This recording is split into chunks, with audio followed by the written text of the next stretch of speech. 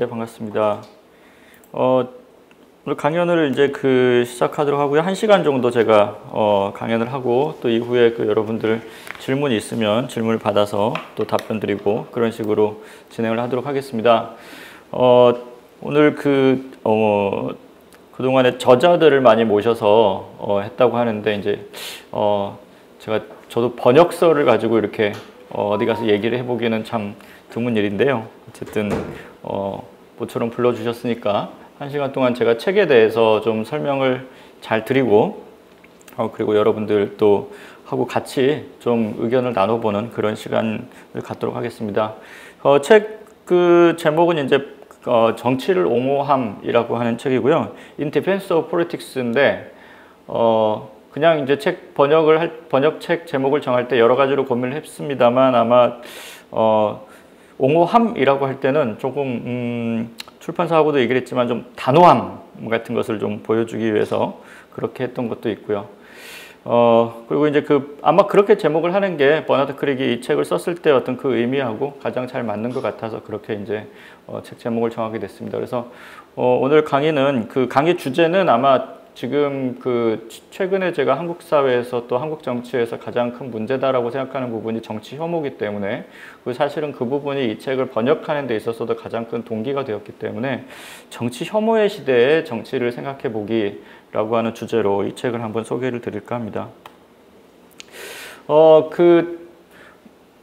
이 책이 아마 좀 어렵다는 분들이 많이 있으시더라고요. 제가 이제 주변에 책이 나오고 나서 저는 이 책이 그렇게 어렵지는 않다고 생각했었어요. 개인적으로 저는 그냥 상당히 재미있게 읽었거든요. 상당히 처음에 이제 원서를 접해서 읽었을 때 상당히 다른 책들보다 훨씬 쉬웠어요. 저한테는 쉽다는 게 맥락이 잘 이해가 되더라고요. 됐는데 또 어떤 분들하고 아마 이제 이게 이렇게 스타일상의 차이일지 모르겠는데 제가 이렇게 이론서들을 잘 어려워하는 편입니다. 저는 이론서를 어려워하는데 역사서라든지 논픽션과 관련된 그런 책들을 훨씬 더 좀 편하게 읽는 편인데 그래서 저한테 이 책이 좀 편했던 것 같고요. 그런데 이제 그렇지 않은 분들도 많이 있더라고요. 그래서 오늘은 일단 이 책에서 그러면 해결하고 싶은 질문들을 몇 개 던져보고 그리고 나서 이제 쭉 제가 오늘 강의가 끝날 때쯤 해가지고 이 질문들에 대해서 다시 한번 이렇게 답을 한 번씩 달아보는 그런 시간이 되면 조금 더 좋지 않을까. 네, 그렇게 해서 강연을 좀 구성해 봤습니다. 그래서 오늘 조금 검토해 볼 질문들은 그래서 이제 책 제목이 정치를 옹호함이니까 정치란 뭘까라고 하는 거. 그 다음에 우리가 왜 정치를 혐오하는가. 정치는 곧 권력투쟁이다. 그 다음에 민주주의는 좋은 정치다. 네. 그리고 자유 혹은 자유민주주의를 보장하는 것이 정치의 목표다.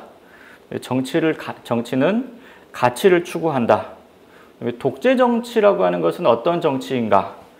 네. 그 다음에 우리가 얘기하는 정치와 현실 정치는 어떻게 다른가? 그리고 이제 과학, 특히 기술, 과학, 그 다음에 이제 데이터 같은 것들이 발전할수록 정치도 같이 발전할 것이다. 정치적 선택이 조금 더 쉬워질 것이다. 이제 이런 어떤 것들은 질문들이고 어떤 것들은 명제에 가까운 것들인데요. 이것들에 대해서 오늘 강의가 쭉 끝나는 시점에 한번 답을 해보도록 하겠습니다. 일단은 저자 소개를 먼저 간략하게 하고 그 책 소개를 드리는 게 좋을 것 같아요. 이 버나드 크릭이라는 사람에 대해서 이 저자에 대해서 좀 설명을 드리면 그냥 간단하게 말씀드리면 20세기의 영국 정치학자 중에 가장 좀 대표적인 사람, 많이 알려진 사람이기도 하고 그다음에 20세기 영국 정치학계를 조금 물론 훨씬 굉장히 유명한 사람들이 많이 있겠습니다만 한국에도 알려진 사람들 많이 있고요. 하지만 뭔가 영국적인 정치학 같은 것을 이제 대표할 만한 사람이라고 하면 아마 버나드 크릭이 분명히 몇 손가락 안에 들어갈 것이라고 생각이 됩니다. 영국에서도 실제로 그런 명성을 가지고 있고요.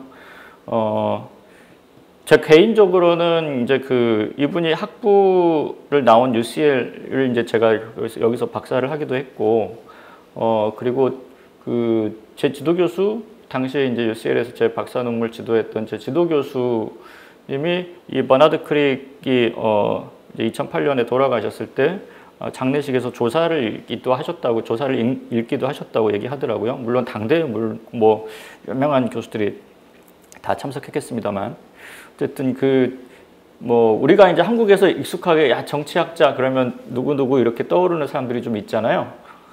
그런 사람들처럼 버나드 크릭도 아마 20세기에 영국에서 정치학자 누구 그러면은 아마 크릭 빠지지 않았던 그런 사람이었던 것 같습니다. 하나 더 설명드릴 것은 이제 20세기 영국을 대표하는 정치학자들은 그냥 유명하다 이제 이런 것은 아니고요. 당시에 20세기 특히 이제 20세기 후반에 전 세계적으로 정치학계에 이제 아주 풍미했던 행태주의라고 하는 이제 정치 이론의 조류가 있고요. 또 다른 한편으로 정치적으로는 냉전 자유주의 혹은 냉전 사회주의, 뭐 공산주의 이제 이런 어떤 이데올로기들이 이제 굉장히 팽배했을 텐데 이 책을 읽어보시면 알겠지만 이제 버나드 크릭은 이런 당대의 어떤 주류적인 그런 사상들에 대해서 굉장히 강력하게 이제 반대하고 정치 혹은 정치학이라는 것의 본질은 그런 게 아니다라고 하는 이제 이야기들을 많이 합니다. 그래서 굳이 그러면 그걸 어느 정도 어떤 전통에 있다고 봐야 되느냐 그러면 냉전 자유주의보다는 좀 유럽 전통의 자유주의, 뭐 냉전 자유주의와 뭐 자유주의는 굉장히 많은 여러 가지 스펙트럼이 있고 또 뭐 상당히 오랜 역사가 있어서 이제 정치학자들이 자유주의에 대해서 얘기하기 상당히 좀 엄밀하게 말하기는 좀 어렵지만 어쨌든 그냥 크게 편하게 얘기한다면 미국식 냉전 자유주의와 대비되는 약간 전통적인 유럽의 자유주의 입장에 서 있다라고 할 수 있고요. 그다음에 정치학이라고 하는 것에서 가장 어떤 중요한 것은 이제 역사 맥락적으로 파악하는 것이 중요하다라고 하는 것이고 또 실용주의적인 그런 정치를 실용주의적으로 이해하는 그런 관점도 가지고 있습니다. 역사주의라고 하는 것에 이제 표현이 좀 어려우실지 모르겠는데 간단하게 얘기하면 정치학에서 정말로 중요한 것들은 특정한 이론이나 이데올로기가 아니라 실제로 역사에서 어떤 일이 벌어졌느냐라고 하는 것을 잘 이해하는 데 있다라고 그렇게 생각하시면 될 것 같습니다. 네.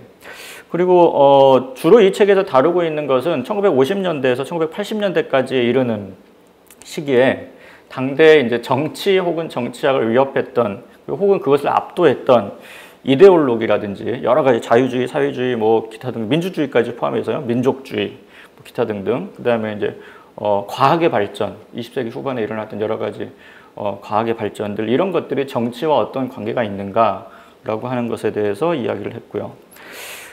이제 조금 더 개인적인 부분을 이제 보자면 이분은 이제 주로 대학에서 강의를 할 때 조금 우리가 봤을 때는 정통 정치학자보다는 조금 일반 시민 교양 쪽에 훨씬 더 많은 활약을 하셨던 것 같아요.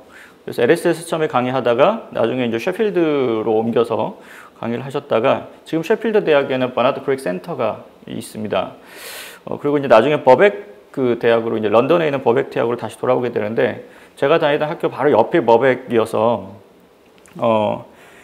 이제 저도 가끔 저녁 시간대 분위기를 아는데요. 버벡 대학은 런던에서 뭘로 유명하냐면 물론 낮에 학부도 있고 하지만 저녁 시간대에 일반 시민들을 대상으로 한 이제 저녁 시간에 대학원 강의들이 있어요. 이제 우리도 지금 많은 대학들이 그렇게 하고 있죠. 그래서 일부는 뭐 정책 대학원도 있고 무슨 뭐 교직 과정을 하는 경우도 있고 교양을 하는 경우도 있고 또 공공정책 대학원 같은 것들도 있고 그래서 저녁 시간대에 이제 일반 시민들을 대상으로 한 이제 코스들이 있었는데 이제 그 코스들을 개발하는 데 있어서 이 버나드 크릭하고 당대 이제 버벡에 같이 있었던 역사학자인 에릭 홉스봄하고 이 두 사람이 많은 기여를 했다고 해요. 그리고 이제 이게 영국에서도 그렇고 세계적으로도 많이 퍼졌죠, 이 시스템이. 그래서 이제 에릭 홉스봄 그냥 에피소드를 말씀드리자면 에릭 홉스봄이 이제 시대로 끝나는 4부작을 썼는데 그게 이제 에릭 홉스봄 개인적인 회고에서 보면은 저녁에 한 7시 반쯤 시작되는 지금 제가 하고 있는 이 강의랑 비슷하네요. 어쨌든 퇴근 후에 일반 시민들이 퇴근 후에 한 7시 반쯤 이렇게 시작되는 이 강의를 기존 교재로 하려다 보니까 너무 어려워서 혹은 아니면 흥미를 끌기가 어려워서 그래서 책을 쓰지 않을 수 없었다라고 해가지고 에릭 홉스봄이 쓴 이 큰 책들은 대부분 이 저녁 시간대 강의를 위해서 집필한 책들이라고 합니다. 그 버나드 크릭은 이제 주로 노동당, 현실 정치에서는 주로 노동당 측 인사들하고 가까운 편이었는데 책 내용에서도 살펴보겠지만 어쨌든 뭐 영국 노동당의 원리주의에 대해서는 상당히 노골적으로 반대를 했었고요. 가장 큰 기여는 영국 사회 혹은 영국 정치에서 가장 큰 기여는 이제 크릭 보고서, 크릭 리포트라고 하는 그 보고서가 이제 나중에 나오게 됩니다. 당시에 이제 노동당이 집권했을 때 시민 교육을 어떻게 할 것인가에 대해서 그 당시에 이제 우리로 따지면 교육부 장관이 태어나면서부터 선천적 맹인이었는데 그분이 이제 그 셰필드에서 그 버나드 크릭의 제자였어요. 데빗 블렁킷이라고. 그분이 이제 교육부 장관을 할 때 자기 은사였던 버나드 크릭에게 이 시민 교육을 어떻게 할 수 있을까에 대한 보고서를 요청합니다. 이 크릭 보고서는 지금 한국에도 제가 알기로는 민주화기념사업회에서 번역을 다 해서 여러분이 인터넷에서 검색하시면 크릭 보고서라고 아마 한국에서 번역된 것을 찾으실 수 있을 거예요. 이 크릭 보고서가 이제 그 영국에서 시민 교육을 시작하는 데 아주 중요한 역할을 하게 되는 보고서고요. 그 시민 교육 citizenship education인데 실제로 이제 명확하게 그 내용을 합니다. 모호하게 돌아가지 않고 비판적 능력을 갖춘 정치적 시민을 양성하는 데 그 목적이 있다.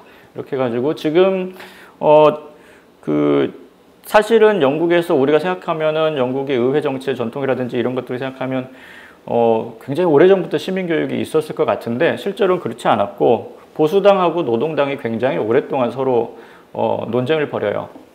시민교육의 내용을 어떻게 해야 될 것인가에 대해서. 그래서 이제 상당히 오랫동안 이 시민교육이 이루어지지 못하다가 크릭이 이 보고서를 내고 어느 정도의 커리큘럼의 원칙들을 확립하면서 이 시민교육이라고 하는 것이 정식 교과목으로 지금 영국에서는 초중고등학교에서 시민교육을 정식 과목으로 가르칩니다. 네, 그래서 이제 크릭이 보고서를 낸 이후에 그렇게 된 것이고요.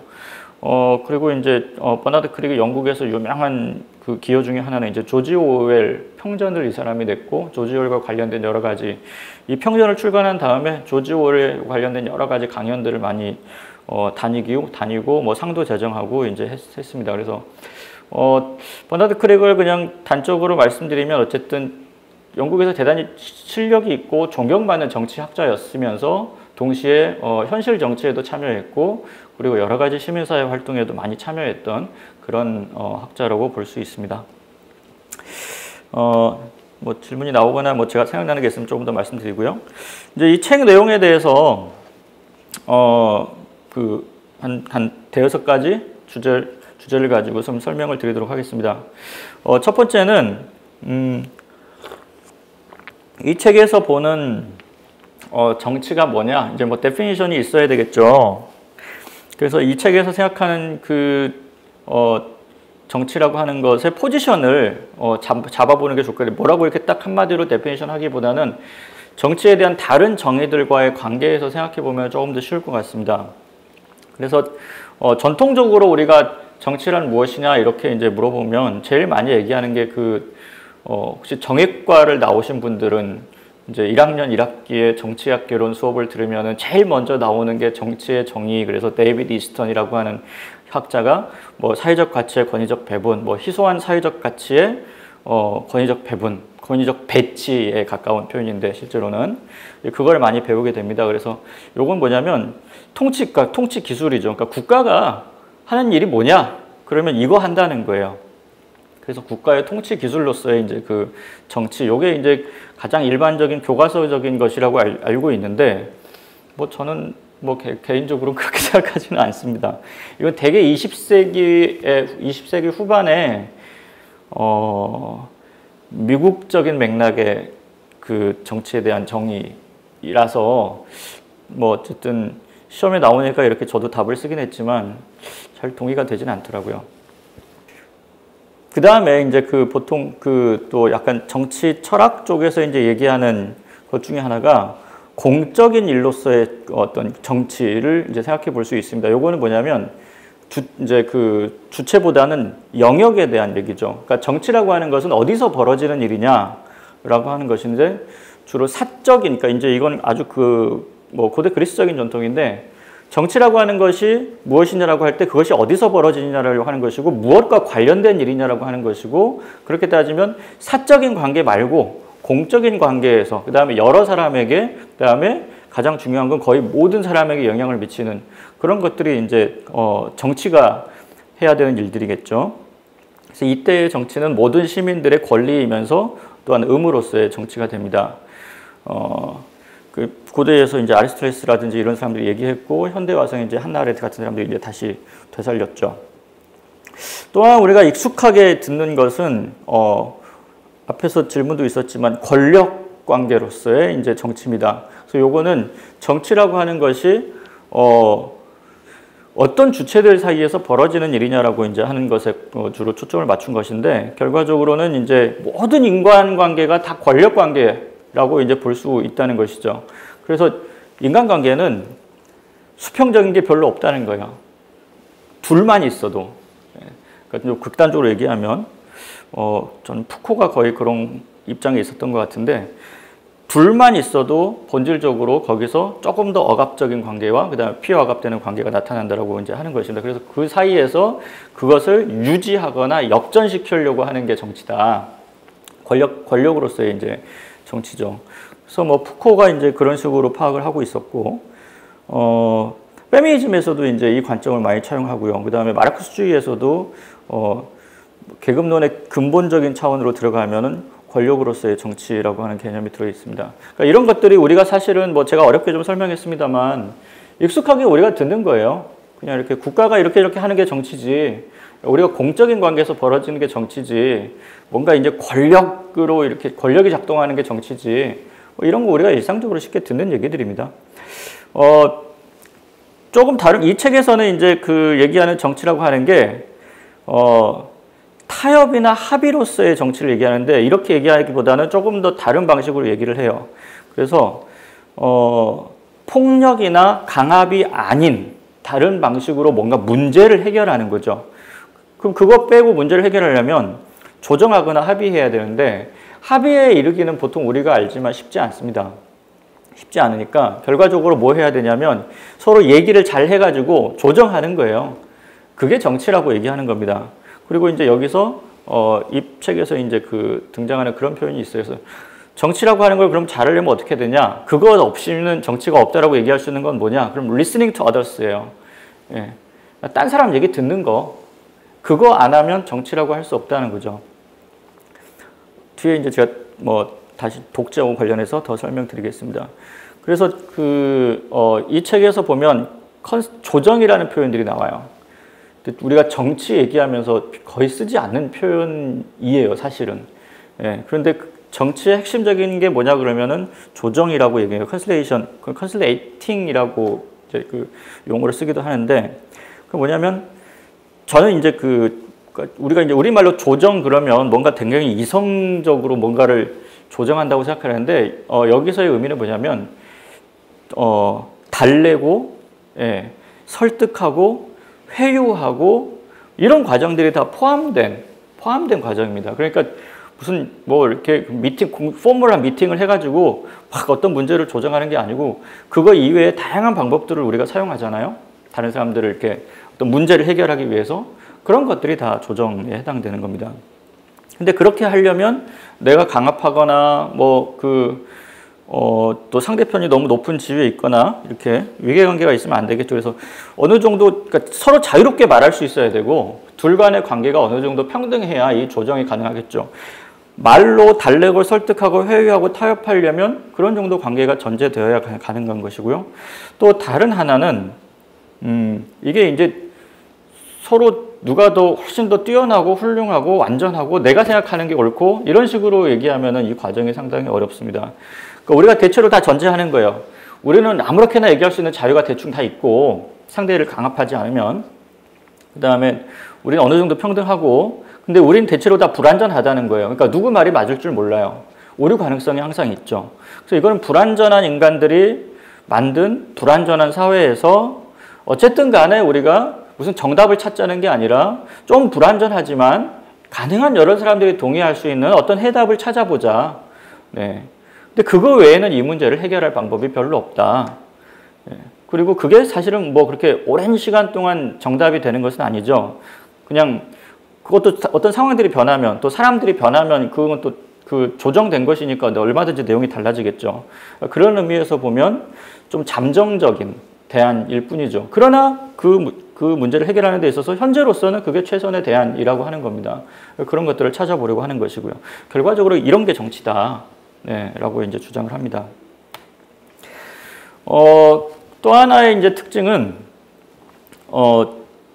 정치라고 하는 것에 이제 여기서 그 실천적 행위로서의 정치에 대해서는 두세 가지 이제 그것과 반대되는 의견을 이제 상정하고 얘기를 하는 건데요. 말 그대로 인간의 실천적인 행위다, 액티버티다라고 이제 하는 부분을 강조합니다. 그러니까 이건 첫 번째로 뭐냐면 구조주의 혹은 결정론 이런 것에 대한 반발이에요. 그러니까 그 20세기에 여러 가지 사회과학이 발전하면서 우리가 이제 구조를 많이 설명하죠. 이제 이런 요인이 있어서 뭐 스트럭처가 이렇게 존재하니까 여기서 이렇게 이제 뭔가가 결정된다. 우리가 이 어떤 문제를 이 스트럭처에 딱 넣으면 어떤 해답이 이렇게 툭 튀어나오지 않습니까? 그러니까 많은 이론들이 우리가 사회과학 이론들이 그렇게 설명하죠.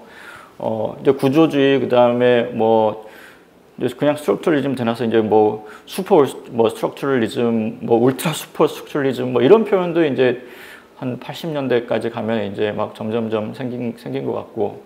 그다음에 예를 들면 가장 대표적인 게 그 마르크스주의에서 이제 최종심급에서 경제 결정론 뭐 그런 것들이 이제 강한 구조주의라고 부를 수 있는 여러 가지 것들일 텐데요. 그런 것에 대한 반발입니다. 그런 것에 대한 반발로서 그게 그렇게 만약에 그런 구조주의적인 이론들이 이런 게 굉장히 뭐 20세기 후반에 엄청나게 유행했죠. 엄청나게 유행하고 사실 제가 90년대 초중반에 대학에서 이야기를 들을 때도 뭔가 이 세상이 다 결정되어 있는 것 같더라고요. 어떻게 하게 되어 있어. 국가는 이렇게 하게 되어 있고 또 경제는 이렇게 하게 되어 있고 사회는 이렇게 하게 되어 있죠. 몇몇의 구조와 구체들을 딱 정해놓으면 답이 탁탁탁 나오는 겁니다. 그게 이제 어떤 시어리의 시대였죠. 말 그대로 20세기 후반에. 근데 거기서 크릭이 혼자 이상한 소리를 하는 거예요. 네. 그래서 그게 그렇지 않아. 야, 그럴 거면 우리가 인간이 여기까지 어떻게 문명을 가지고 왔지? 그 사실은 구조와 상호작용하는 인간의 창조적 행위라고 하는 것에 무한한 가능성이 있다라고 하는 것을 얘기합니다. 그리고 이제 어떻게 보면 그 20세기의 어떤 과학주의라든지 그다음에 뭐 좀 이성 중심주의라고 하는 것, 이론 중심주의라고 하는 것에 대해서 반발해서 그렇지 않다. 그다음에 인간은 무한한 가능성을 가지고 있고, 그러니까 그 사이에 있다는 거죠. 인간이 무한한 가능성을 가지고 있으면서 동시에 절대 완전해질 수 없는 어떤 그 공적인 공간 속에서 인간들이 하는 행위, 그게 이제 정치다라고 이제 생각을 하는 거고, 신과 야수의 사이에서 인간들이 하는 행위다라고 하는 그런 비슷한 표현들을 굉장히 많이 합니다. 책에서도 그렇고요. 또 하나는 실천적 행위로서의 정치인데, 요거는 뭐하고 관련이 있냐면 주로 무슨 어떤 그 굉장히 추상적인 가치, 우리가 뭐 냉전 시대에 굉장히 많이 생각했던 거죠. 어떤 가치를 위해서 우리가 이제 한 개인 정도가 아니고 공동체 전체가 희생할 수도 있고 그쪽으로 나가야 되고, 그 다음에 예를 들면 그런 거죠. 뭐 우리 과거에 보면은 민족 중의 역사적 사명을 위해서 우리가 다 무엇인가를 매진하거나, 아니면 자유민주주의를 수호하기 위해서 뭘 한다든지, 아니면 뭐 지금 중국 같은 경우에는 대동사를 위해서 이제 국가 전체가 나간다든지, 뭐 지금도 그런 표현들 많이 쓰죠. 뭐 안 쓰는 것 같지만, 뭐 많은 사회주의 국가들은 이제 사회주의적 유토피아를 위해서 그 역사적인 그 어떤 미션에 봉사하는 거죠. 사실 이런 게 나치즘이나 파시즘에만 있었던 게 아니고 지금도 여전히 계속해서 나타난다라고 하는 겁니다. 근데 그거에 대해서 크릭이 반대한다기보다는 정치가 그렇게 잘 되지 않는다라고 얘기를 해요. 왜냐하면 사람들이 그런 존재가 아니기 때문에 그렇다는 거예요.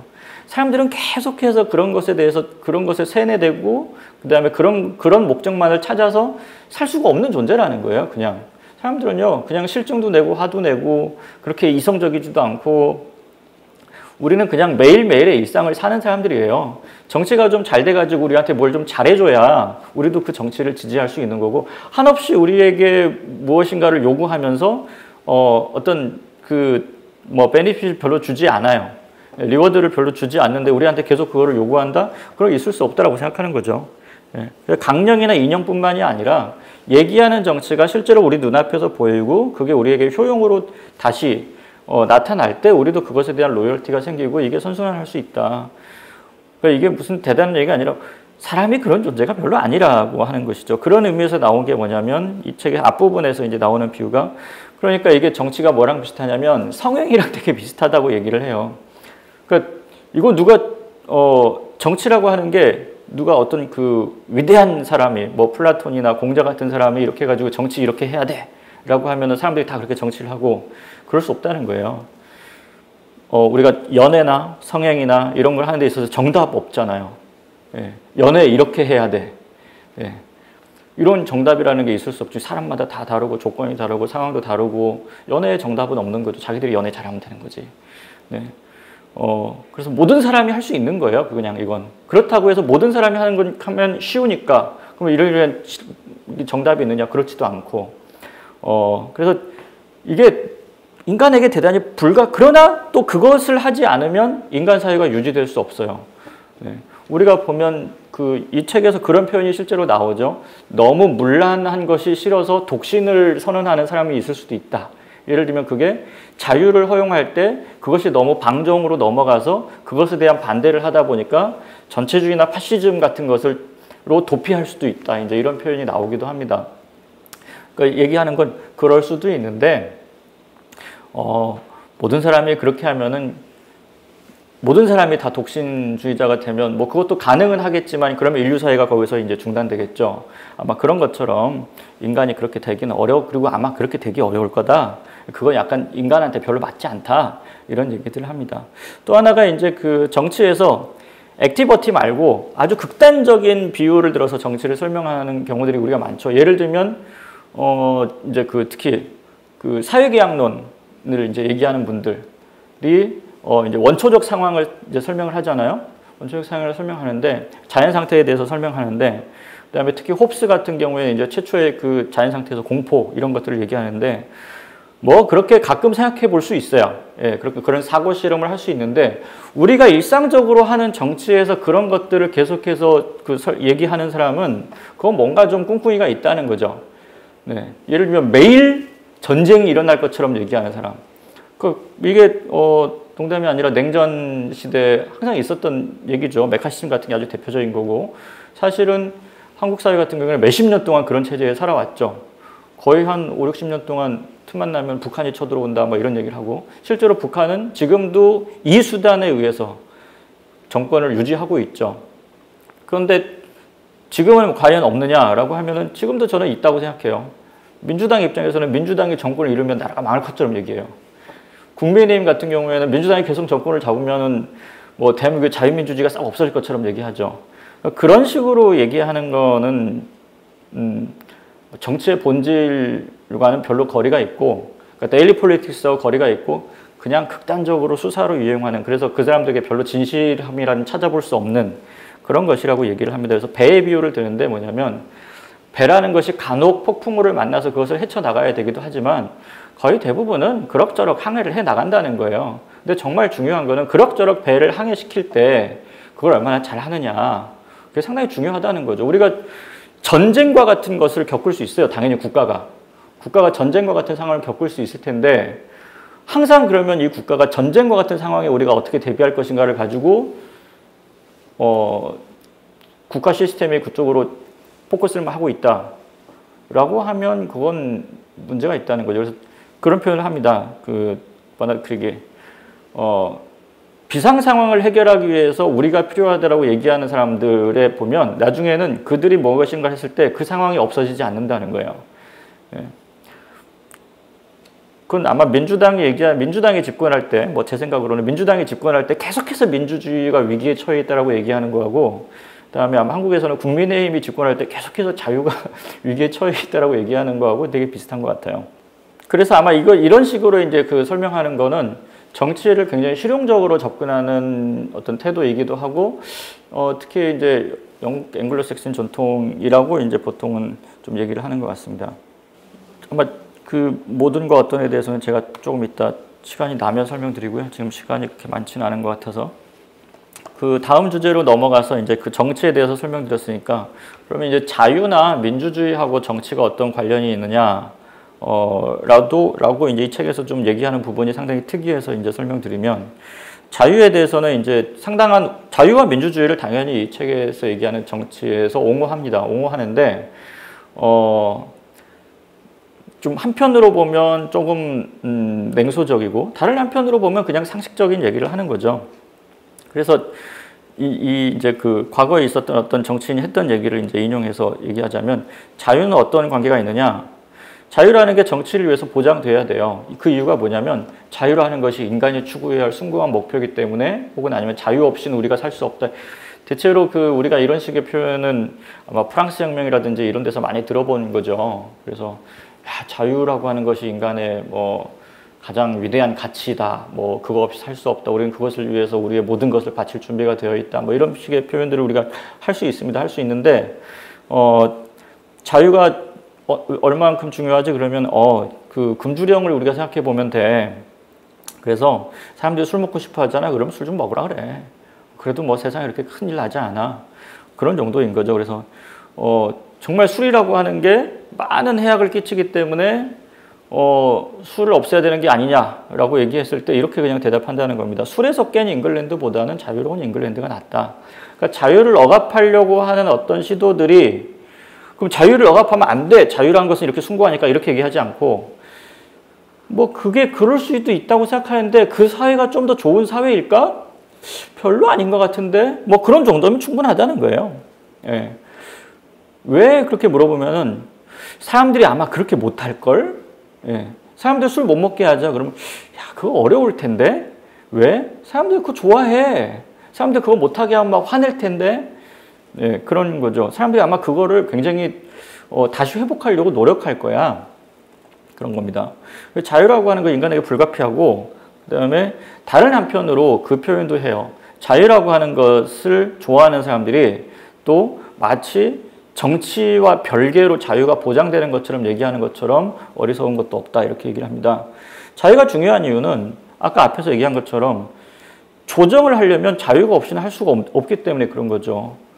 억압적인 관계에 있어서는 언어를 통해서 그 문제를 해결할 수가 없고, 말로 해결할 수가 없죠. 이렇게 얘기해서 너 이거 해결해야 되는데, 야이씨, 너 혼날래? 이렇게 하면 그 순간에 정치가 중단되는 거죠.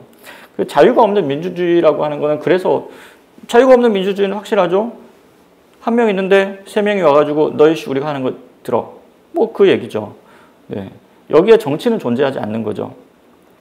그래서 이 책에서 보면 뭐 free society, 뭐 free politics, free regime 뭐 이런 표현들이 있어요. 그래서 그거는 뭐 다르게 좀 자유로운 사회, 자유로운 정치 뭐 이렇게 번역할 수도 있지만 그게 좀 안 맞는 것 같아서 그냥 제가 자유사회, 자유정부 이렇게 얘기했는데, 그런 것은 어쨌든 간에 정치를 존속시키기 위한 조건으로서의 이제 그런 독특한 의미를 가지고 있고요. 그런 의미에서 또 보면 앞에서 제가 냉전 자유주의하고 좀 다르다고 얘기했는데, 그래서 보통 우리가 시장주의적 자유주의나 그럼 자유방위주의와 자유주의하고는 차별적입니다. 왜냐하면 제가 앞에서 설명드렸다시피 자유 자체가 그렇게 자유가 없는 정치는 정치가 아니다라고 얘기해요. 근데 그 이유는 뭐냐면 자유가 위대하기 때문이 아니라 그냥 자유 없이는 정치가 안 될 것 같으니까 그런 거죠. 정치가 안 되니까. 자유는 정치를 유지하기 위한 것이죠. 그래서 정치를 유지시키기 위해서는 때때로 자유가 많이 제한될 수 있습니다. 아주 많이 제한될 수도 있어요. 네. 우리가 우리의 생명을 보존하기 위해서 어떤 행위를 취할 때 다른 것들을 많이 포기할 수 있죠. 마찬가지로 어떤 공동체가 정치라고 하는 것을 유지시키기 위해서, 아니면 그 정치 공동체가 조금 더 유지되기 위해서 자유로 가는 것들이 일시적으로 포기될 수도 있다고 얘기합니다. 아마 이런 얘기는 그 뭐 마키아벨리 군주론에서도 나오는 얘기고요. 그냥 정치 일반에서 우리가 할 수 있는 얘기들인 것 같아요. 링컨도 뒤에 가서 재밌는 표현을 이 책에서 하고 있습니다. 그래서 특히나 이제 그럼 정치 공동체를 위해서, 정치가 유지되기 위해서 포기되어야 할 자유가 대표적인 게 뭐가 있냐? 그러면 아주 쉽게 얘기합니다. 소유권 같은 거다. 소유권 같은 거는 정치를 위해서 뭐 충분히 제한될 수 있다라고 이제 얘기를 합니다. 그런 의미에서 보면은 당시의 미국식 그 시장주의적 자유주의하고는 상당히 차이가 있죠. 민주주의는 상당히, 이 책에서 민주주의가 상당히 재미있습니다. 버나드 크릭이 옥스퍼드 핸드북에서 그 데모크라시를 쓰기도 했는데, 그 인트로덕션 시리즈에서 데모크라시를 쓰기도 했는데, 사실 거기서 나온 민주주의에 대한 표현보다는 이 책에서 나온, 정치를 옹호하면서 나온 민주주의에 대한 표현이 훨씬 재미있어요.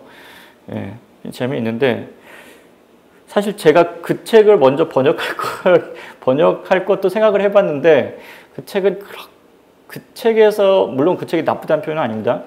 근데 그 책은 조금 더 교과서적으로 쓰여져 있고, 이 정치를 옹호하면 이제 훨씬 본인이 자유롭게 썼기 때문에 민주주의에 대해서 크릭이 뭐라고 생각하고 있느냐라고 하는 거는 이 책에서 훨씬 더 정확하게 나오는데, 가장 첫 번째로 두드러진 건 뭐냐면 민주주의하고 좋은 정치 구분한다는 겁니다. 특히나 이게 제가 한국인이어서 더 그렇게 느꼈을지도 모르겠어요. 우리는 뭐뭐가 정치가 잘 안 되면 민주주의가 그러니까 이렇게 표현하는 거 여러분 많이 들어보셨죠? 한국 민주주의가 위기에 처해 있다. 이런 표현 들어보셨을 거예요. 당대 정치인들도 그렇게 얘기하고 정치학자들도 그렇게 얘기하는 습관이 좀 있어요. 한국에서는. 뭐가 잘 안 되면 그러니까 한국 민주주의는 이래서 문제다. 한국의 민주주의가 위기에 처해 있다. 한국 민주주의는 더 발전해야 된다. 민주주의는 제가 보기에는 그렇지 않고요. 그러니까 개념적으로 좀 엄밀하지 않아요. 예. 민주주의는 작동을 하고 있어요. 민주주의는 작동을 하고 있는데 정치가 잘 작동을 안 하는 거죠.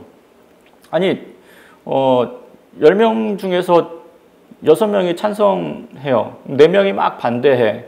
그러다가 4명이 물리적으로 막 반대하다가 6명이 어떻게 해가지고 통과시켰어요. 민주주의가 작동했죠. 예. 다수의 의견이 이겼죠. 예. 그리고 그게 뭐 우여곡절이 좀 있었지만 어쨌든 간에 통과가 됐고. 대체로 한국에서 선거에 불복한다든지 민주화 이후에, 그 다음에 민주주의적인 어떤 결론에 노골적으로 반대하면 국민들이 그거 참지 않습니다. 네. 그 민주주의적인 원리들이 근본적으로 훼손되는 경우는 거의 없어요.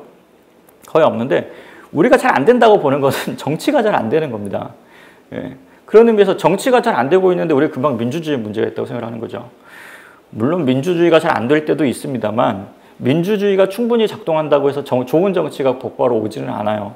네. 그래서 민주주의에서는 얼마든지 선동도 일어날 수 있고요. 그 다음에 다수의 의견이 틀린 경우 대단히 많습니다. 네. 다수 의견이 민주주의에서 국민의 다수가 또 훌륭한 정치인의 다수를 뽑았는데 그 정치인들이 잘못된 결론을 내리는 경우가 충분히 많죠. 그런 경우에 우리가 한국 민주주의가 문제라는 거예요. 전혀 그렇지 않죠. 정치가 문제죠. 정치적 판단을 대단히 민주적인 사람이 정치적 판단을 잘못할 수 있어요. 우리가 이렇게 얘기하면 쉽잖아요. 예. 대단히 민주적인 사람이, 굉장히 민주적인 사람들이, 정당이, 지도자가 정치적 판단을 잘못할 수 있습니다. 그런 경우는 굉장히 많죠. 사실 그런 경우가 거의 대부분 그 사회를 위험하게 만드는 것이죠. 그래서 이 책에서 표현하기를 우리가 민주주의를 모든 것이 반짝이고 아름다운 상태라고 착각한다는 거예요.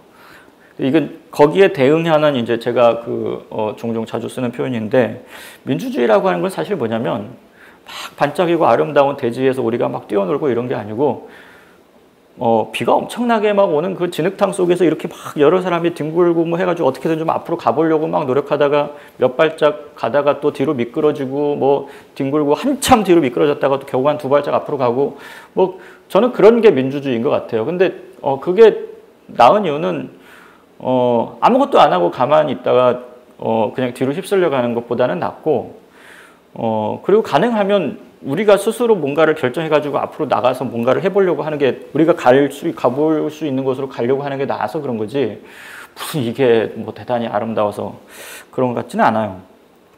그래서 민주주의는 뭐 이 책에서도 얘기합니다. 자유도 마찬가지고 민주주의도 마찬가지인데 좋은 정치를 위한 요건 중에 하나지 그 자체로 그 좋은 자유가 충분히 있고 민주주의가 충분히 이루어지면 좋은 정치가 되느냐? 그럼 거의 별로 그 관계가 없다는 겁니다. 예, 그건 그냥 일단 조건은 돼 있는 거고, 예, 조건은 돼 있는 거고, 그게 아니면 문제죠. 왜냐하면 정치를 할 수 있는 기반이 없는 거니까. 자유나 민주주의가 없으면 나쁜 정치를 하는 게 아니고 정치가 이루어질 공간 자체가 없는 거죠. 이게 있어야 이제 정치가 좀 되는 겁니다. 이런 표현에서 이 책에서 그러니까 그런 표현들을 종종 씁니다. 그래서 그러면 민주주의와 정치는 어떤 관계가 있느냐라고 얘기하면 더 좋은 정치하고 싶으면 더 많은 민주주의가 있는 게 전제 조건이 되는 것은 맞다라고 이제 얘기를 하는 거죠. 피라미드의 비유를 합니다. 높은 피라미드 쌓으려면 처음에 기반을 넓게 해야 되니까 또 이런 표현도 하죠. 현대 산업사회에서 무엇인가를 하고 싶어 해요. 그런데 이게 이제 참정권에 대해서 야 누구누구는 인간의 권리로서 참정권을 줘야 돼 이런 식의 설명을 하는 게 아니고 그럼 얘를 참정권을 안 주고 네가 국가를 통치할 자신이 있어? 현대 산업사회에서 다수의 노동자들에게 어떤 국가적인 정책을 설득하지 않고 네가 무엇을 할 수 있어? 그거 할 수 없으니까 할 수 없이 참정권 줘야 된다는 거예요. 예. 그러니까 거의 대부분 실제 역사는 그렇게 왔다는 거죠. 우리 인간은 위대한 존재이기 때문에 자유와 평등과 참정권과 이런 것을 줘야 된다. 민주주의는 위대하다. 이렇게 얘기해서 우리가 그걸 다 하자. 그건 거의 대부분 이제 이 책에서 얘기하는 것으로 따르면 미국 독립에 대해서 묘사할 때 그런 묘사를 하는데요. 뭐냐면 주어진 이미 존재하는 현실을 인정하고 그것을 제도화하는 과정이죠. 그런 경우에 우리가 민주주의를 확립하죠. 확립되었다라고 얘기하죠. 근데 그 전까지의 과정은 뭐냐면 끊임없이 그걸 조금씩 이렇게 올라온 거죠. 올라오고 나서 마지막에 우리가 그걸 제도화할 때는 주어진 현실을 인정하는 것. 모두가 같이 야 그래 이제 야 사람들 다 투표권 있어야 돼. 네 그렇게 이제 인정하는 거죠. 그냥 그 순간에 뭔가 위대한 결단이 이루어진 것은 아니고 그런 식으로 이제 설명을 합니다. 시간이 많지 않은데 조금 속도를 내보겠습니다. 뭐 지금부터는 그렇게 어려운 내용은 없습니다. 그래서 정치혐오 시대에 이제 그 좀 좋은 정치를 이 책에서 좀 실용적으로 구별해 보면 이 책에서 이제 가지고 온 구절들인데요. 이제 비스무리한 구절들도 있고 그다음에 아주 그냥 이렇게 바로 인용한 구절들도 있습니다. 그래서 어떤 게 좋은 정치냐 아니면 어떤 게 나쁜 정치냐 그러면 이제 주로 이 책에서 얘기하는 거는 뭐 진정한 땡땡 네, 이런 표현을 쓰는 사람은 거의 100% 가짜다. 네, 별로 그런 거 없다는 거죠. 예, 그런 거 별로 없고 그다음에 뭐 자유란 무엇이다. 민주주의란 무엇이다. 뭐 인권이란 뭐다. 뭐 이런 식으로 수사를 쓰는 사람들은 상당히 의심해 볼 만하다. 또 하나는 자유와 민주주의의 관계 중에서 자유를 억압하는 민주주의는 언제든지 가능하다라고 하는 것이고요. 그다음에 제가 앞에서 설명드렸다시피 민주주의는 이제 좋은 정치의 필요 조건인데 민주주의 잘해도 사람들이 불만을 굉장히 많이 가질 수 있다는 겁니다. 굉장히 민주적인 지도자가 엉망진창인 정치와 정부, 국가를 얼마든지 국민들한테 제공할 수 있죠. 민주주의가 좋은 정치가 되려면 효율적인 정부도 있어야 되고 책임 있는 정당 체제도 있어야 되고 견제와 균형의 원리도 있어야 되고 국민에게 충분한 자유도 있어야 되고 아마 뭐 언론의 퀄리티도 굉장히 높아야 될 거고 뭐 어느 정도 또 그 경제도 계속해서 이렇게 성장하고 발전하는 것도 필요하겠죠. 뭐 그런 것들이 있어야 사실은 좋은 정치가 되는 겁니다. 대공황 같은 뭐 상황이 온다 그러면 거기서 좋은 정치라고 하는 게 작동을 하면 좋겠죠. 하면 좋겠지만 어쨌든 다른 것들이 국민들이 그렇게 뭐 상당히 어렵겠죠. 좋은 정치를 만들어내는 게. 또 하나 강한 정부는 강한 반대자들을 필요로 한다. 자유에 대한 얘기고요. 그다음에 자유나 민주주의, 그다음에 그 어떤 가치라도 그것을 절대화하고 있는 사람은 정치를 하고 있는 게 아니다. 왜냐하면 정치를 한다는 건 뭐냐면 다른 사람의 의견을 듣고 조정하는 건데 내가 가진 가치가 절대적이다라고 주장하면 그 사람이 주장하는 가치가 아무리 위대한 것이라고 하더라도 우리가 동의하기 어렵다. 그 사람이 정치를 하고 있는 것은 아니라는 것이죠. 그리고 이제 주로 기술과 과학에 대해서 얘기하는 부분에 있어서는 이렇게 얘기합니다. 확실성은 정치의 가장 큰 적이다. 제가 이 책에서 번역하다가 이제 uncertainty라는 표현이 나왔을 때 불확실성 이제 이렇게 번역하기보다는 확실성에 대한 반대 표현으로 불확실성 쓸 수 있지만 불확정성이라는 표현을 썼어요. 이제 왜냐하면 불확실하다고 하는 거는 단순히 정보가 좀 정확하지 않다 이제 이런 경우가 있는데 우리가 충분한 정보를 갖고 있을 때도 결정 못하는 경우가 훨씬 많습니다. 사실은 그게 정치적인 본질이거든요. 그러니까 예를 들면 어떤 배에 뭐 구명조끼가 하나인데 세 사람이 있어. 세 사람이 누군지 잘 몰라. 그래서 생기는 문제가 아니고 이 세 사람이 누군 줄 알아요. 네, 이 사람은 뭐 나이 20세의 어떤 뭐 청년이고 이 사람은 뭐 10살의 뭐 어떤 아이고 이 사람은 뭐 나이 뭐 60세의 어떤 노인이고 이걸 뭐 성별은 어떻고 각각의 조건은 어떻고 이건 다 알아요. 그 궁금한 중에 하나예요. 그럼 누구한테 주면 좋을까요? 모든 정보를 다 알고 있는데 뭐 누구의 생존 가능성은 얼마고 누구의 생존 가능성은 얼마고 이런 거 우리가 모든 정보를 다 안다고 합시다. 그럼 우리가 정치적인 여기서 그럼 누구나 다 어떤 함시적인 결정을 할 수 있느냐? 누구나 다 이제 동의할 만한 결론을 할 수 있는 그런 건 없다는 거죠. 네, 정치는 과학으로 그래서 그런 의미에서 정치는 과학으로 환원되지 않는다라고 얘기를 합니다. 뭐 이것과 관련해서 제가 그 영국에서 비스무리한 사례를 하나 들면 뭐 이거는 경제적인 경제 복지 정책을 할 때도 마찬가지고 경제 정책을 할 때도 마찬가지고 하다못해 그 뭐 최근에 우리가 재난지원금 얘기도 있고 뭐 여러 가지 그 코로나 관련된 그 피해 지원도 있고 그렇지만 이게 그런 비슷한 질문들이 이제 제가 우리로 따지면 뭐 8시나 9시 뉴스 그런 뉴스에서 이제 어떤 그 문제가 있었을 때 그 분야의 전문가를 데리고 이제 우리 앵커가 이렇게 물어보는 거예요. 이러저러한데 전문가로서 어떻게 생각하느냐라고 물어봤더니 이런 대답을 하더라고요. 무엇을 문제 삼을지는 무엇이 문제인가는 우리가 무엇을 문제 삼을지에 달려 있습니다. 네. 그러니까 우리가 그냥 이렇게 질문을 던지잖아요. 그래서 지금 여기서 뭐가 문제입니까? 이렇게 물어보면 아마 한국에서 이런 식으로 대답하는 사람은 전문가는 한 명도 없을 것 같아요. 네. 그럼 뭐가 문제입니다. 이렇게 대답하죠. 근데 그 대답을 하더라고요.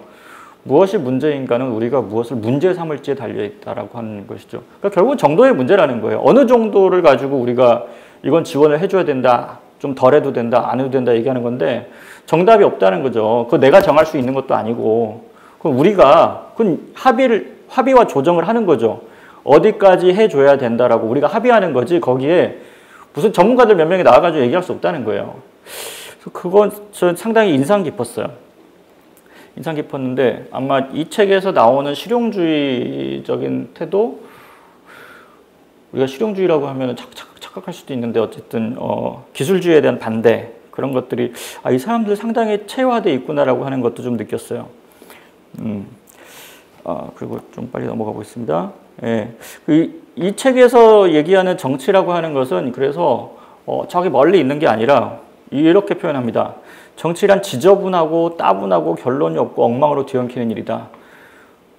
거기에는 확실성을 추구하는 열정이나 전체적 지식인들을 괴롭혔던 전 세계를 뒤흔들어 놓을 만한 매력적인 큰 어떤 질문들은 존재하지 않을까. 우리가 정치라고 이런 얘기하면은 그거 정치 아니라는 거예요. 뭔가 딴짓하고 있다는 거예요, 걔네들은. 하지만 그렇지 않은 이 지저분하고 따분하고 결론이 없고 이 엉망으로 뒤엉킨 일이라고 하는 게 적어도 우리가 매일매일 해야 되는 일이라는 거예요. 그리고 그게 최선이라고 하는 거죠. 그 일을 회피하는 순간에 히틀러 같은 애들이 나오는 거죠.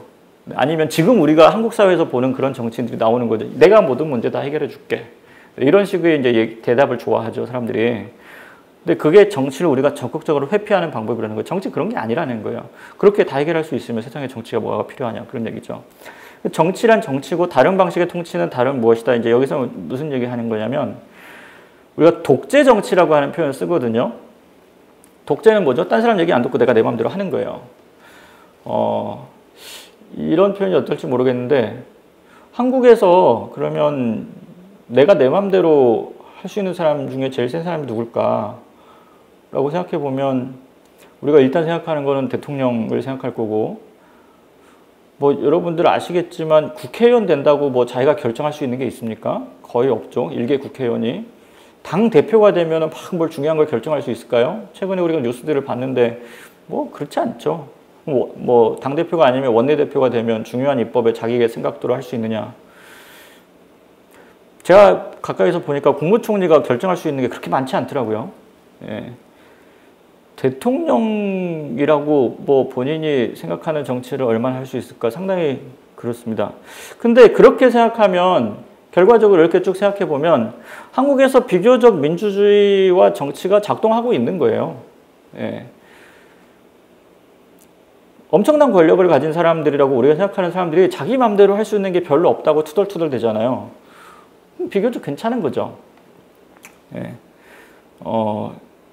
그게 아마 한 30년 전에 비해서 지금 한국 민주주의나 정치가, 특히 정치가 조금 나아진 방식이라고 저는 생각합니다. 근데도 여전히, 정치가 마치 그런 게 아닌 것처럼 얘기하는 사람들이 있죠. 예. 어쨌든 위험하다고 생각합니다만. 어쨌든 정치적 행위가 중요한 이유는, 위에부터 먼저 할까요? 민족주의에 대한 두 가지 표현이 있는데, 그러니까 여기서 이제 민족주의를 한 챕터에서 다루고 있어요. 한 챕터를 다루고 있는데, 이렇게 얘기하니까 우리가 이제 어떤 사람들은 민족주의라고 하는 뭐 그런 책 제목도 있죠. 민족주의는 반역이다 이런 책 제목도 있는데 그건 이제 그 책에서 수사적으로 얘기하는 것이고 어쨌든 민족주의 자체가 문제다라고 얘기할 수는 있어요. 할 수 있는데 그리고 거기에 대해서 이런 식으로 응수하는 거죠. 나도 그렇게 생각이 되기도 하는데 아마 내가 그렇게 생각한다고 해서 사람들이 민족주의를 포기하지는 않을 거야. 그러니까 우리가 정치를 하기 위해서는 그렇게 생각하는 사람들이 꽤 많이 있다라고 생각해야 돼. 사람들은 어떤 언어를 쓰거나 어떤 역사를 공유하거나 어떤 지역에 살거나 하면 자기하고 뭔가 특별한 공동체를 이루고 있다고 생각하는 습성이 있어. 사람들은 그런 습성이 있는데 그걸 우리가 한꺼번에 다 없애긴 너무 어려워. 그게 좋냐 싫으냐를 떠나서. 그러면 민족주의라고 하는 건 어느 정도 존재하는 거죠. 그리고 어떤 사람들은 그것을 위해서 죽을 수도 있다고 생각하니까. 집단 전체가 대단히 큰 리스크를 감당해도 된다고 생각하니까. 근데 그게 그런 것 자체가 문제가 아니라 그것이 압제적일 때 문제다. 그것이 정치적이지 않을 때 문제다. 예.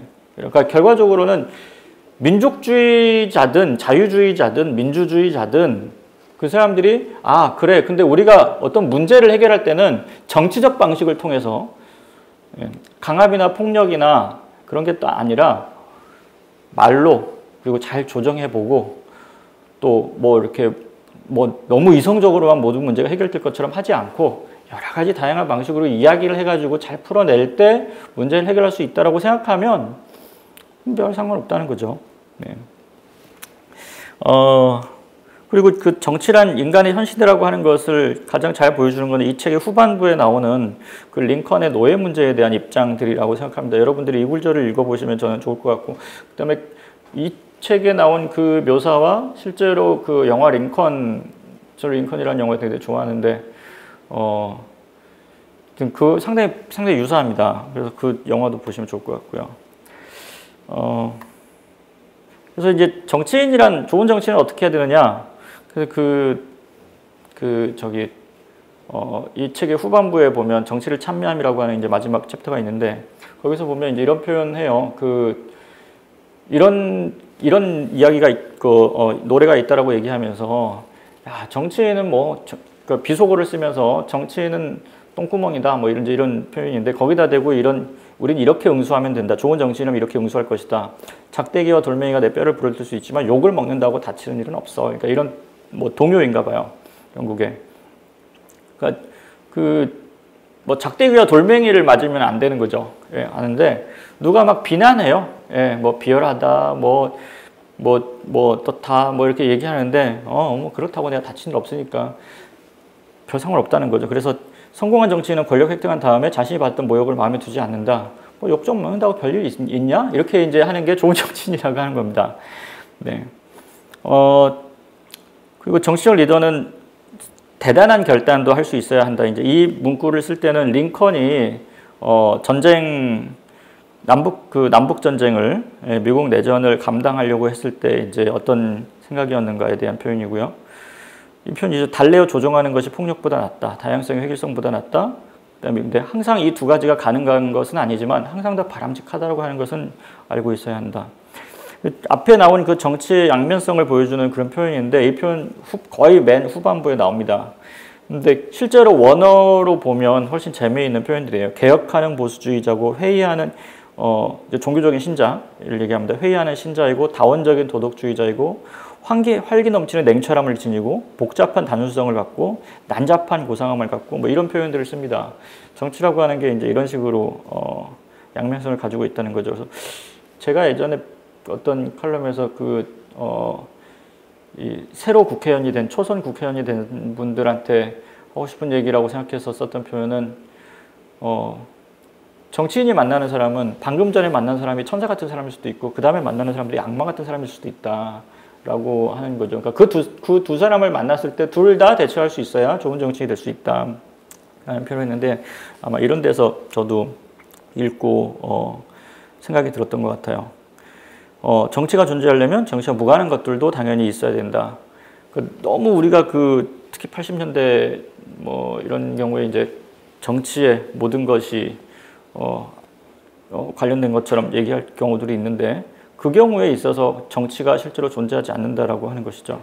정치란 그것이 할 수 있는 것 때문에 찬사를 받아야 되지만 또 그것이 할 수 없는 것을 시도하지 않는다는 점에서도 찬사를 받아야 되고 우리가 마치 정치를 잘하면 모든 문제가 해결될 것처럼 생각하는 경우도 있는데 실제로 정치는 잘하고 있는데 뭔가 세상에 안 돌아가는 경우도 충분히 얼마든지 있다는 거예요. 그러니까 그런 경우에 세상에 뭐가 문제야. 그러면 정치가 개판이다.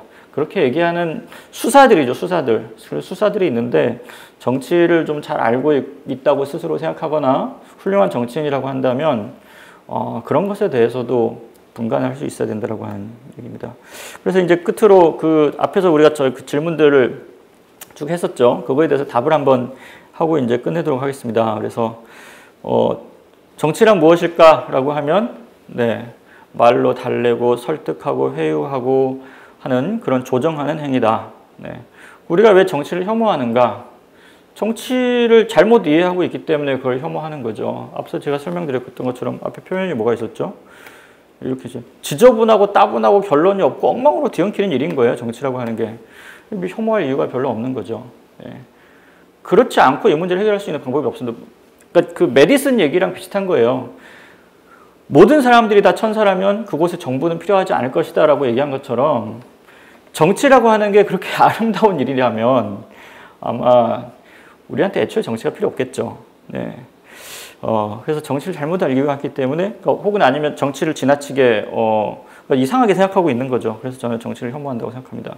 정치는 권력투쟁이다. 크리게 생각하기에는 그 둘은 전혀 접점이 없어요. 정치는 남의 얘기를 들어서 해결하려고 하는 거고 권력투쟁은 내가 힘으로써 어떤 문제를 해결하려고 하는 거죠. 말 그대로 파워를 통해서 해결하려고 하는 거기 때문에 어떤 의미에서 보면 접점이 전혀 없다고 볼 수 있습니다. 민주주의는 좋은 정치다.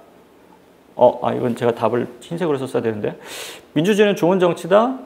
민주주의는 필요 조건일 수는 있지만 충분 조건은 아니다. 자유민주주의를 보장하는 것이 정치의 목표다. 그렇지 않죠. 우리 앞에서 내내 얘기했던 것처럼 자유든 민주주의든 그건 정치를 가능하게 하는 특정한 조건이죠. 자유와 민주주의가 둘 다 엄청나게 잘 보장돼서 엄청나게 잘 작동한다. 좋은 정치가 진행될 좀 가능성은 조금 더 있겠지만 그렇다고 해서 보장되지 않는다. 정치는 가치를 추구한다. 그럴 수 있죠. 근데 가치를 지향하지만 그 가치가 언제든지 포기될 수 있어야 한다. 제가 앞에서 설명 못 드렸는데 영국 노동당에 잘 나갈 때 항상 그랬다는 거예요. 그런 표현도 합니다.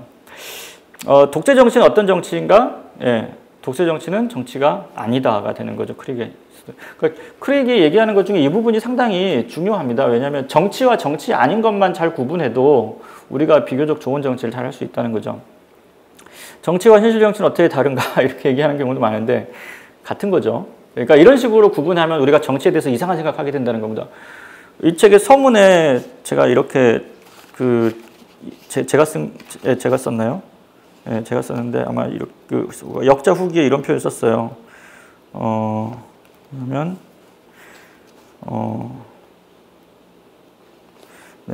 이 책에서 말하는 정치란 우리가 일상적으로 텔레비전에서 보고 술자리에서 얘기하고 선거 때가 되면 접하고 그다음에 대통령과 국회의원과 일반 국민들이 다 생각하는 바로 그 정치라는 거예요. 그 정치. 무슨 어디 이상하게 있는 그런 정치가 아니라는 그런 거 없어요. 애초에.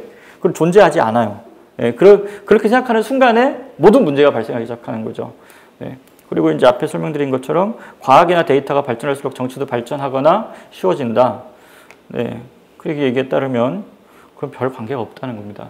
네, 오히려 더 어려워질 수도 있죠. 네, 우리가 더 많은 것을 알게 되면 더 무엇인가를 결정하기 쉽던가요? 그렇진 않다는 겁니다. 네. 어쨌든 여기까지 해서 제가 1시간, 시간 거의 맞춘 것 같은데 1시간 동안 여러분한테 이 책의 내용, 책의 구체적인 내용보다는 이 책에서 버나드 크릭이라고 하는 저자가 전달하려고 했던 핵심적인 내용들을 설명드렸습니다. 여기까지 해서 강의를 마치고 여러분들이 질문하시면 답을 해보도록 하겠습니다. 감사합니다. 아마 지금 절차적 실질적 민주주의의 구별은 아마 이게 굉장히 우리가 이 용어를 쓴 게 제 기억에도 1980년대나 90년대 이후인 것 같은데 이 책이 이제 쓰여졌던 아마 60년대, 70년대에는 아마 이런 구분이 제 기억에는 없었을 것 같아요. 당시에 이게 아마 별로 그렇게 큰 쟁점이 아니었을 것 같고 우리가 논의하는 개념이 있었을지 모르겠지만 그래서 크릭이 아마 이걸 구분하지 않았을 것 같고요. 저는 이렇게 얘기하고 싶은데 크릭이 말하는 민주주의가 그냥 우리가 생각하는 그냥 민주주의다 이렇게 생각하고 싶어요. 네. 우리가 아까 어떤 자유민주주의, 사회민주주의 이런 식으로 이제 앞에 수식어를 붙여서 얘기하는 그런 민주주의가 아니라 그냥 우리가 생각하는 민주주의, 다수에게 보통선거권이 주어져 있고 선거에 참여할 수 있고 그 다음에 언론의 자유라든지 이런 것들이 보장되어 있고 단순히 그냥 다수결 이 원리만이 아니라 우리가 알고 있는 민주주의의 여러 가지 원칙들이 실제로 작동하고 있는 것. 다수결뿐만이 아니고 민주주의에서는 다수결 이외에도 여러 가지 우리가 현대 정치에서 여러 가지 것들이 작동하고 있죠. 그러니까 그런 것들이 다 작동하더라도 해결되지 않는 것들이 많이 있다라고 하는 그런 것으로 저는 이해를 하고 있고요. 이 책에서도 대체로 그렇게 얘기를 하고 있습니다. 아마 버나드 크릭의 인트로덕션 시리즈에서 얘기하는 민주주의도 거기서는 좀 특징적인 표현을 해요. 특징적인 표현을 하긴 하는데 본질적으로는 다수결이다라고 표현을 합니다. 본질적으로는 다수결인데 그것이 이제 핵심적인 아이디어고 근데 그것은 말 그대로 고대 그리스에서부터 존재했던 민주주의의 핵심적인 프린서플이고 원리고 그것이 현대 민주주의에 이제 적용될 때는 굉장히 많은 조건들을 필요로 하죠, 당연히. 네. 그래서 우리가 생각하는 그 모든 민주주의의 것들이 다 여기에 포함된다고 할 수 있고요. 당연히 절차적 민주주의는 다 들어가고 실질적 민주주의도 어느 정도 들어가지 않을 수가 없죠. 버나드 크릭이 뭐라고 얘기하냐면 소유권이라든지 이런 게 너무 차이가 나고 그 다음에 직장 내에서의 지위관계라든지 이런 것들, 그 다음에 사회적인 관계가 이렇게 차이가 나면 거기서 민주주의 잘 작동될 리가 없잖아. 이렇게 얘기하는 부분들이 있습니다. 그러니까 우리가 실질적 민주주의라고 부른 것들도 당연히 어느 정도 포함을 하고 있습니다. 그렇다고 해서 실질적 민주주의라고 하는 것이 다 달성되지 않으면 민주주의가 아니다라고 얘기할 수는 당연히 없다고 얘기하죠. 관료주의에 대한 비판은 특히 어느 챕터에서 맞냐면 기술에 대한 5장이죠. 5장에 기술로부터 질문을 먼저 읽겠습니다. 관료주의에 대한 비판도 있는가라고 하는 질문이거든요. 관료주의에 대한 비판 엄청나게 많습니다. 엄청나게 많고요. 특히 핵심적으로는 5장에 기술로부터 정치를 옹호함에 있습니다. 여기서 그냥 노골적으로 행정에 대해서 얘기하는데 그 부분이 뭐냐면 행정 관료들이 자기들이 여러 가지 어떤 행정 절차와 기술적인 부분, 그 다음에 데이터와 이런 것들을, 그 다음에 경험, 즉 그 정책을 집행해 본 경험 이런 것들이 있기 때문에 정치가 필요 없다라고 생각한다는 거예요. 필요 없다고 생각하는데 그 부분에 대해서 이제 실제로 본인들은 가치에 대한 결정을 거의 해본 적이 없는 사람들이 마치 그것을 다 할 수 있는 것처럼, 그 다음에 이제 이런 식의 표현을 직접적으로 인용합니다. 마치, 그러니까 현재 지금 우리가 검사나 관료 출신 대선 후보들이 많죠. 정치인들도 많고, 이 사람들이 하는 입버릇처럼 하는 얘기가 행정의 경험, 그 다음에 정치만 없으면 통치가 잘 될 수 있는데, 이제 이런 식으로 하는 표현이 그대로 들어있습니다. 그대로 들어있는데, 그게 얼마나 한심한 얘기냐. 라고 하는 얘기들을 자세하게 설명하고 있습니다. 정당에 대해서는 이 책에서 정당을 특별한 주제로 별도로 다루고 있지는 않습니다. 다루고 있지는 않는데 대신 정당 얘기가 굉장히 많이 나옵니다. 예, 사례를 가지고 설명할 때 정당 얘기는 굉장히 많이 나오고요. 정당이 어떻게 운영되어야 하는가에 대한 얘기는 상당히 많이 나옵니다. 굉장히 많이 나오고 거기서 핵심적인 부분은 정당이 여기서 다루고 있는 이데올로기나 혹은 민주주의나 민족주의나 기술이나 그다음에 뭐 보수주의라든지 이제 다 이런 것들 그런 것들에 얽매이는 순간에 정당이 잘 운영되지 않고 그다음에 정당이 집권할 가능성도 대단히 낮다. 그 정당 안에서 대단히 정당 자체가 상당히 지향하는 방향은 있지만 다원적이어야 하고 제가 이 비슷한 질문을 한 일주일 전에도 받았었는데 굳이 표현하자면 우리가 조지프 레이코프의 이제 그 코끼리 생각하지 마가 아마 이제 90년대인가요? 그때쯤 나왔을 것 같은데 아마 그때 이후로 한국에서 소위 다수파 전략 같은 얘기들을 하기 시작했을 거예요. 정당 정치에서. 그런데 사실은 그 얘기를 한 60년대에 벌써 합니다. 그래서 영국 노동당이 어떻게 집권할 수 있었냐? 다수파 전략을 했기 때문이다. 라고 얘기합니다. 그래서 정당이 어쨌든 자기들이 목적하는 바가 무엇인지에 대해서 정신 잘 차리고 있어야 된다. 그리고 그것이 어떤 수단을 통해서 실현 가능한지에 대해서도 대단히 현실적으로 생각해야 된다. 이런 얘기들을 합니다. 그런 의미에서 본다면 당연히 정당을 중심으로 정치가 운영되는 것이 상식적이라고 하죠. 네, 아마 제가 보기에 그 부분은 아예 언급할 필요가 없었기 때문에 굳이 별도의 장으로 독립시키지는 않았던 것 같습니다. 저는 그렇지 않다고 생각합니다. 네, 그러니까 합의민주주의라고 하는 것에 대해서 우리가 보통 한국에서 합의제 민주주의를 얘기하시는 분들은 그냥 한국 정치가 싫은 경우가 많아요. 제 경험상. 그다음에 그 얘기에서 합의제 민주주의와 반대되는 게 그럼 무슨 민주주의냐? 그럼 보통 이제 다수제 민주주의를 얘기하시거든요. 그럼 합의제 민주주의는 다수결이 아니냐? 그럼 그렇지 않거든요. 예. 그러니까 대체로 저는 이렇게 생각해요. 합의제 민주주의는 저는 그냥 다수당 그러니까 다수당들이 여러 정당의 연립정부 형태로 국가가 구성되고 운영되는 것이 자연스럽고 그런 역사를 오래 가지고 있는 게 저는 그냥 합의제 민주주의라고 생각해요. 예. 그러니까 선거제도가 당연히 비례대표제나 중선거구제나 이런 것들을 가지고 있는 거죠. 그러니까 특정한 하나의 정당이 다수당을 이루지 않고 조금 여러 개 정당들이 의회를 차지하고 거기서 서로 연립해가지고 서로 연합해서 서로 합의해가지고 정부를 운영하는 것이 맞다라고 생각하는 이제 그런 전통이 있는 게 저는 합의제 민주주의라고 생각하는데 문제는 그거죠. 그러니까 지금 여기서 선거제도에 대해서는 다루고 있지 않아요. 그러니까 그런 선거제도에서 다루고 있지는 않은데 그렇게 생각하는 나라가 있겠죠. 대신에 그런 것도 우리가 감안해야 되겠죠. 제가 이제 한국에서 합의제 민주주의를 해도 좋다, 안 해도 좋다, 이거는 우리가 선택할 수 있는 것은 아니고 저는 국민들이 그냥 그렇게 생각하는 건데 이런 거죠. 우리가 선거를 했는데 누가 집권할지 몰라요. 그다음에 선거를 했는데 대체로 유럽에서 90일에서 한 180일 정도 되는데 선거를 했는데 어느 당이 집권해서 어떤 정부가 수립될지 한 석 달 정도 기다려 봐야 돼요. 자기들이 어떤 식으로 협상하는지 잘 모르겠어요. 어쨌든 그렇게 해가지고 생긴 정권이 한 2달 가다가 다시 흩어져 가지고 선거를 또 뭐 석 달이나 6개월 만에 또 할 수도 있어요. 그렇게 1년에 한 선거를 3번 정도 할 수도 있어요. 그렇게 하다 보니까 1년에 한 절반 이상은 정부가 없어요.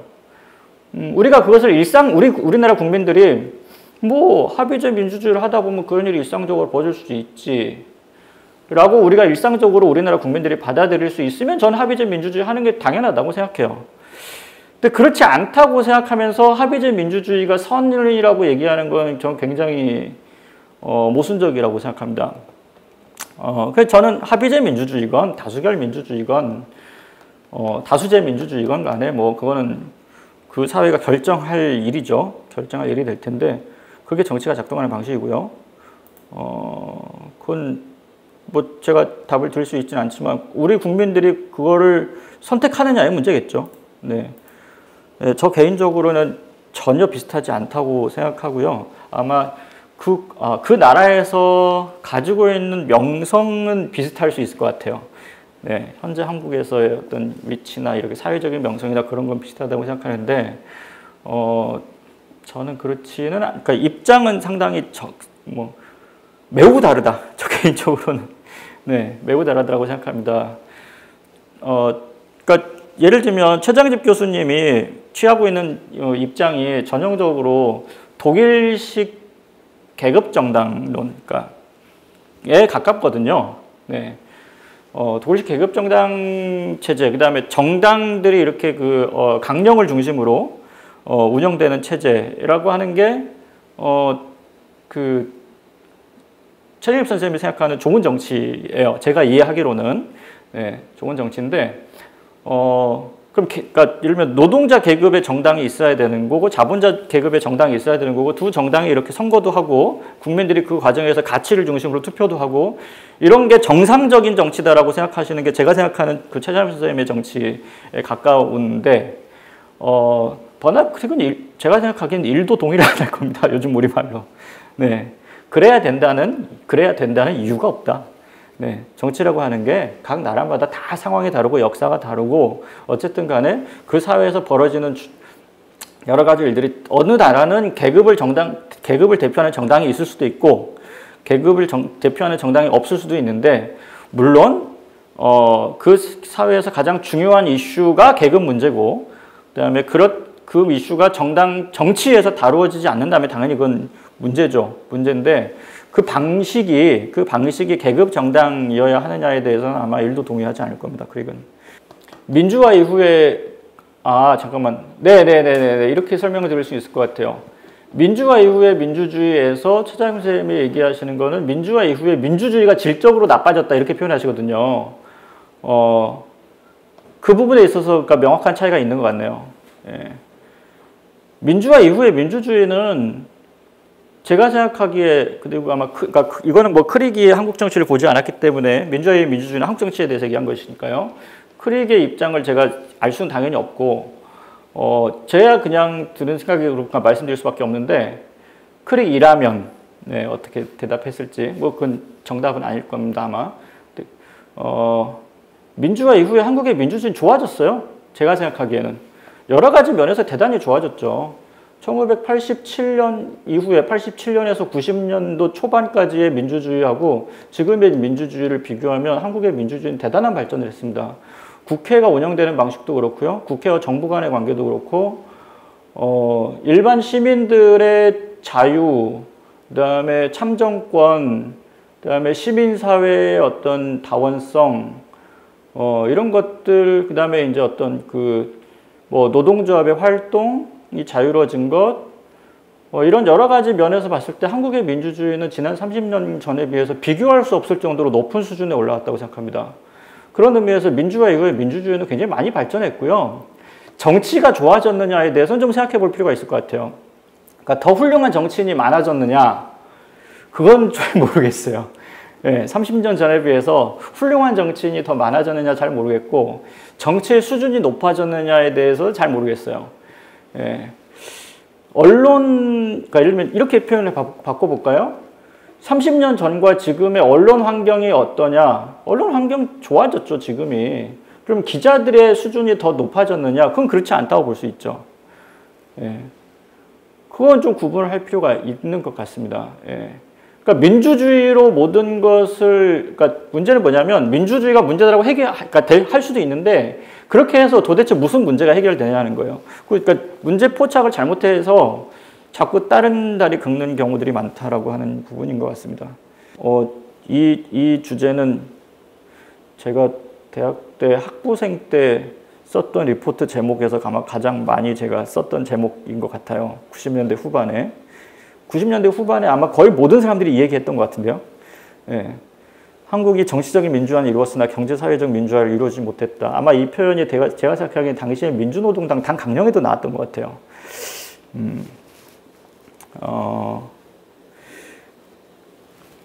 그리고 그 최장임 선생님이 이런 표현을 당시에 많이 쓰셨죠. 네, 많이 쓰셨고, 그때 2000년대까지 많이 쓰셨고, 2000년대 중반에 그리고 저를 포함해서 상당히 많은 젊은 정치학자들이 이런 식으로 이분법적으로 민주화에 대해서 접근하는 것에 대해서 이론적 함의가 별로 없다라고 비판만 논문들과 책들이 꽤 나왔습니다. 2000년대 중반 이후로. 예, 그래서 그러니까 이게 핵심은 뭐냐면 자꾸 민주화가 핵심이라는 거예요. 민주화, 민주주의. 그래서 그걸 중심에 놓고 그러니까 아니 민주화는 정치에 해당되는 거 아닌가요? 예. 그리고 우리가 물론 직장 내 민주주의도 얘기할 수 있고 뭐 사회에서의 민주주의도 얘기할 수 있는데 그건 그 영역을 보통 우리가 얘기하는 거죠. 예, 그 영역에서 어떤 민주화, 직장 민주주의 중요하죠. 뭐 학교에서도 민주주의가 중요하고. 근데 이런 거죠. 학교에서 민주주의가 중요해요. 그 학교가 민주적으로 운영되면 학교가 좋아지느냐? 그건 다른 얘기라는 거죠. 예. 직장 내 민주주의는 중요해요. 근데 직장이 잘 안 돼요. 그럼 직장 내 민주주의가 문제냐? 문제일 수 있어요. 그럼 직장 내 민주주의가 잘 되면 그 회사가 잘 될 거냐? 그건 별 관계가 없다는 거죠. 예. 그러니까 이런 식으로 얘기하면, 그러니까 정치적 민주화다, 그 다음에 사회경제적 민주화다, 이런 식으로 이제 다 민주화로 설명하면, 그 무슨 의미가 있는지 사실 저는 잘 모르겠어요. 예, 저는 잘 모르겠고, 아마 이런 거겠죠.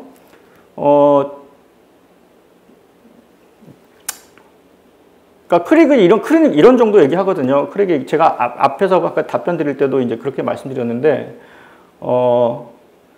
정치적 그러니까 사회적 양극화, 뭐 여러 가지로 얘기해 봅시다. 그러니까 사회적 지위와 관련돼서 양극화가 심하다.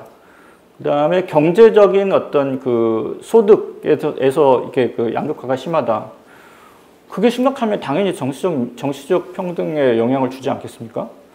네. 그거는 민주화의 영역에서 따져야 될 게 아니고 인권의 영역에서도 따져야 되고 그 다음에 평등의 영역에서도 따져야 되고 여러 가지 우리가 얘기하는 사회적 권리에 있어서도 따져야 되고 따져야 될 부분들이 대단히 많죠. 그거를 뒤에다가 민주화라고 이름을 붙이면 마치 그 모든 것들이 정치적 평등을 쟁취하기 위한 수단처럼 이해되지 않습니까? 그래야 될 이유가 별로 없죠. 예. 그러니까 인간은 훨씬 더 다원적인 존재예요. 제가 이해하는 크릭이 이해하는 인간은 훨씬 더 다원적인 존재라서 어떤 사람들은 본인들에게 본인들이 더 많은 정치적 권리, 그렇죠. 더 많은 권리를 얻지 못해도 괜찮은 사람들이 있어요. 그러니까 제가 여기서 얘기하는 거는 기본적인 권리를 안 줘도 된다 그런 게 아니라 기본적인 정치적 권리들을 가지고 있는데 여기다가 추가적으로 더 많은 정치적 권리들을 요구하느냐? 인간이 꼭 그런 존재는 아니거든요. 어떤 사람들은 더 많은 그 시간에 더 많은 경제적 부를 얻기를 원하고 어떤 사람들은 그냥 쉬기를 원해요. 어떤 사람은 자기 취미생활을 하기를 원하고 근데 그런 것들을 그러니까 인간을 너무 정치화해서 보는 게 좀 오히려 더 문제 아닌가? 네, 라고 하는, 그러니까 해답을 잘 찾기가 어려운 게 아닌가?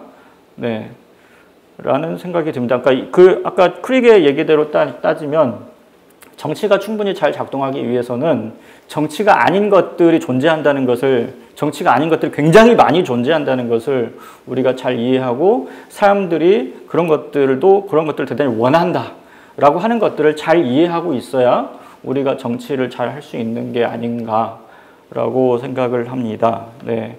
그런 점에서 저는 아마 얘기하다 보니까 오늘 이상한 쪽으로 막 갔는데, 최장임 선생님 제가 존경하는 정치학자고요. 어쨌든, 그러나 그런 몇 가지의 쓰셨던 개념과 그 입장에 대해서는 아마 크릭이라면 거의 받아들이지 않았을 가능성이 대단히 높다. 네, 이렇게 말씀드릴 수 있겠습니다. 예. 그러면, 네, 지금 답변을 보니까, 네, 예, 추가 질문이 없으면 여기서 마무리를 해도 좋겠다고 답을 주셨네요. 그러면 여기서 오늘 강의를 마무리하도록 하겠습니다. 네, 1시간 반 동안 들어주셔서 감사합니다.